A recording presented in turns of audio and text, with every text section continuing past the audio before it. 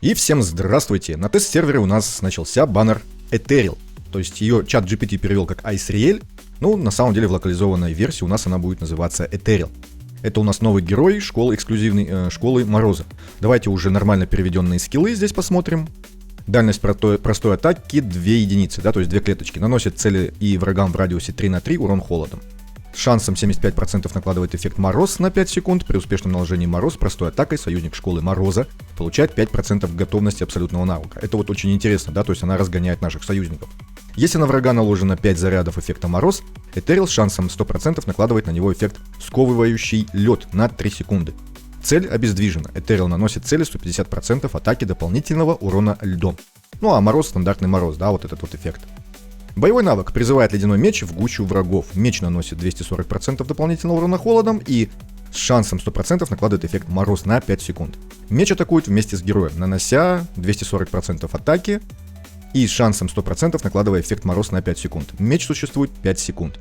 Исчезая, меч наносит 240% атаки, дополнительный урон холодом и с шансом 100% накладывает эффект Мороз на 5 секунд. Абсолютный навык атакует всех врагов ледяными шипами 10 раз, нанося 120% атаки дополнительного урона холодом. Каждый удар с шансом 100% накладывает эффект Мороз на 5 секунд и с шансом 100% новый эффект, кстати, пронизывающий холод на 10 секунд. И этот пронизывающий холод увеличивает получаемый урон холодом на 25%.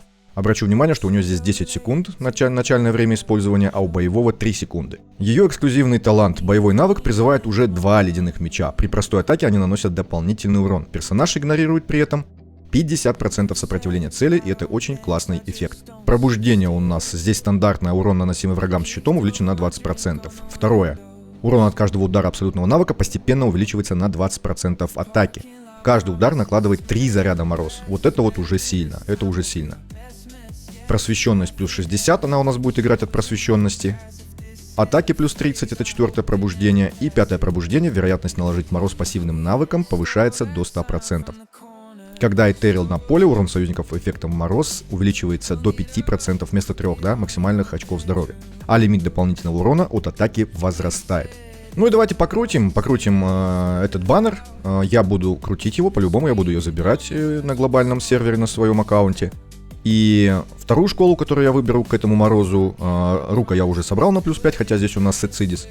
Я все-таки выберу, скорее всего, Ледяной Взрыв, так как у меня Билдель плюс 3, ну и Фрейдгунда без пробуждения.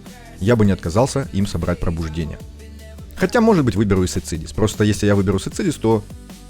Ой, мне может нападать и Рук, который мне уже не нужен с избытком, да, вот это вот все. То есть будет обидно, если мне лишняя эксклюзивка упадет. Такого у меня еще не было. Надеюсь, и не будет.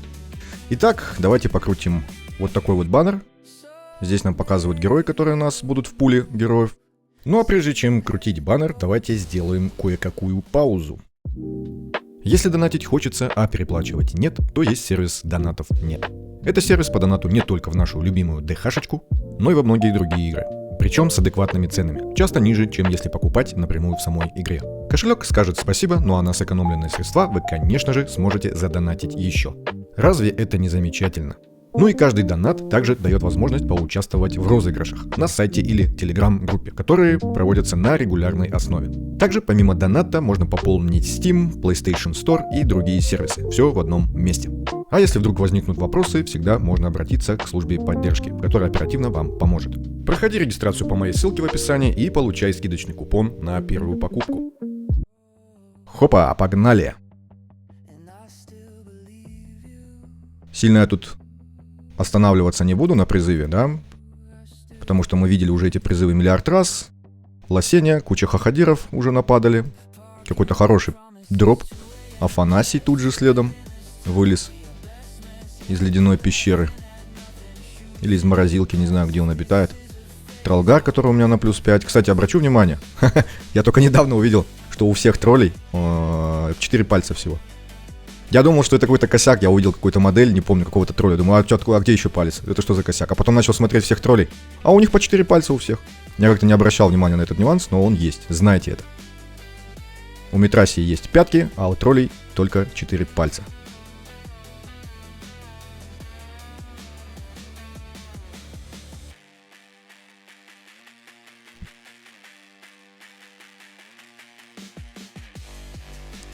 Ой, сыпет Вот все, что здесь падает, мне уже ничего не нужно, потому что у меня здесь все уже плюс 5. И обидно, конечно, будет тратить 300 призывов на то, чтобы получить всего лишь одного эксклюзивного героя. Потому что здесь, как бы, да, ну, до гаранта, конечно, что-то выпасть может, но чаще всего не падает. И, соответственно, я просто буду получать то, что мне не нужно. Я просто выкину 300 призывов ради одной эксклюзивки. Это, конечно, довольно-таки грустно. Возможно, даже я этот баннер пропущу вообще. И буду крутить только конструкторы. Почему? Только конструкторы, потому что там в пуле героев также еще будут эксклюзивные герои поддержки, да? И это единственный шанс, когда они вот в пуле появляются, когда мы крутим конструктора. И возможно, чтобы хотя бы еще расширить свои шансы на эксклюзивного героя поддержки, я все-таки буду ждать баннер конструктор. А то иначе, действительно, это просто выкидывание ресурсов в никуда. У нас здесь уже 310 призывов. Как видим, вроде бы легендарок нападало нормально, ну, в среднем так, да, более-менее, но... Ой, все они абсолютно бесполезные и ненужные. Забираем нашу ледышку. Прикольный у нее дизайн, анимации. Классно ее проработали.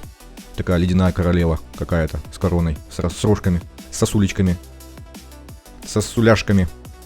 И давайте посмотрим, как они с манекенами будут справляться. Я им добавил уже пробуждение на плюс 5 и попробовал выкрутить шанс крит удара, ну, побольше, да, ближе к 100. У Хвитар получилось сделать это получше, но как бы обе, в принципе, примерно плюс-минус одинаковые. При том, что, кстати, Айсриэль, Этерил, ей крит удар не нужен, ей просвещенность нужна. То есть, возможно, это ко мне косяк, хотя нет, давайте я вообще тогда уберу. Раз у нас есть такое вот свойство, давайте просто без артефактов, без всего посмотрим. Я что-то забыл, что она от просвещенности.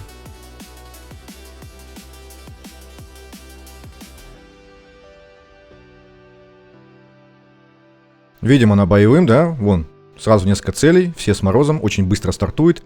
Всем кидает свое обездвиживание. Здесь у нас Хвитар ультует. И, кстати, Этерил уже в 2 раза, почти в 3 больше урона нанесла. И Хвитар, получается, остается где-то за бортом. То есть почти, ну не в 3 раза, но практически. Вы посмотрите, да, урона меньше. Единственное, что у Хвитара остается хорошего, так это, блин, казнь. Только и всего. Урона как не было, так и нету. Что с Айсриэль, что без. Ну, кстати, так, Хвитар, наверное, надо все-таки после нее. Так как она здесь ослабление накладывает. И это нечестно по отношению к Хвитар. Давайте заново тогда.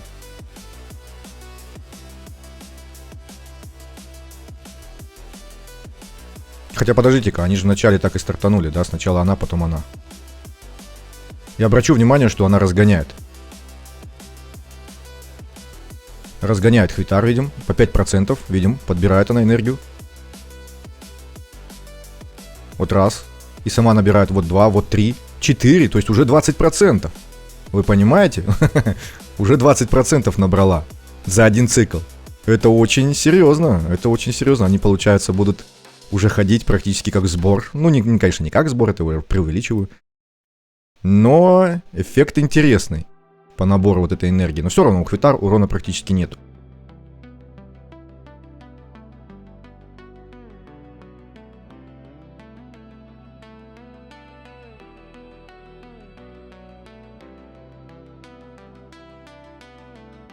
И вполне возможно, что теперь у нас Хвитар только из-за казни иногда будет использоваться, а урон будет наносить нормальный более-менее Айсриэль.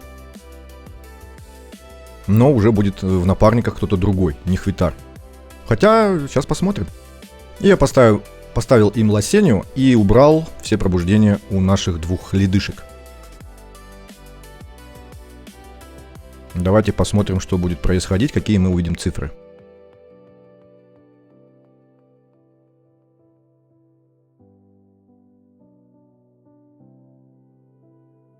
Причем я замечаю, что Этерил, она разгоняет сразу и Лосению, и Хвитар, и себя в том числе.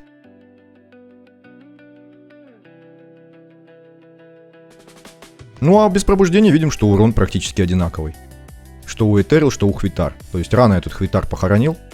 И рано я сказал, что Этерил сможет нанести какой-то высокий урон. Потому что если она без пробуждения наносит как Хвитар, единственное, что они разгоняются, да, то есть чаще будут бить. Но это будет слишком маленькая прибавка. То есть они очень плохо играли на боссах, везде вообще. И вот такая прибавка, это будет довольно-таки слабенько. Даже с учетом ускорения, даже с учетом того, что у нас появилась, можно сказать, еще одна хвитар. Поэтому пока что не ясно, где у нее будет применение. Возможно, что на арене она как-то заиграет с учетом своей скорости и с учетом набора энергии. Хотя тоже, опять же, сомнительно с учетом того, как у нас играет новый Волк, да, теней. Как у нас будет играть Анелизис, как у нас будет играть кто-то там еще. То есть, ну не знаю, пока что непонятно, где ее применение будет. На арене клинков она довольно-таки сильно играет. Больше я пока ее нигде не видел. Может быть, в шахматах еще будет, да, неплохо играть. А в остальном, ну, пока что как-то непонятно. Будем тестировать уже в живых условиях, когда у нас появятся какие-то противники, боссы, то есть, да, с множественными целями.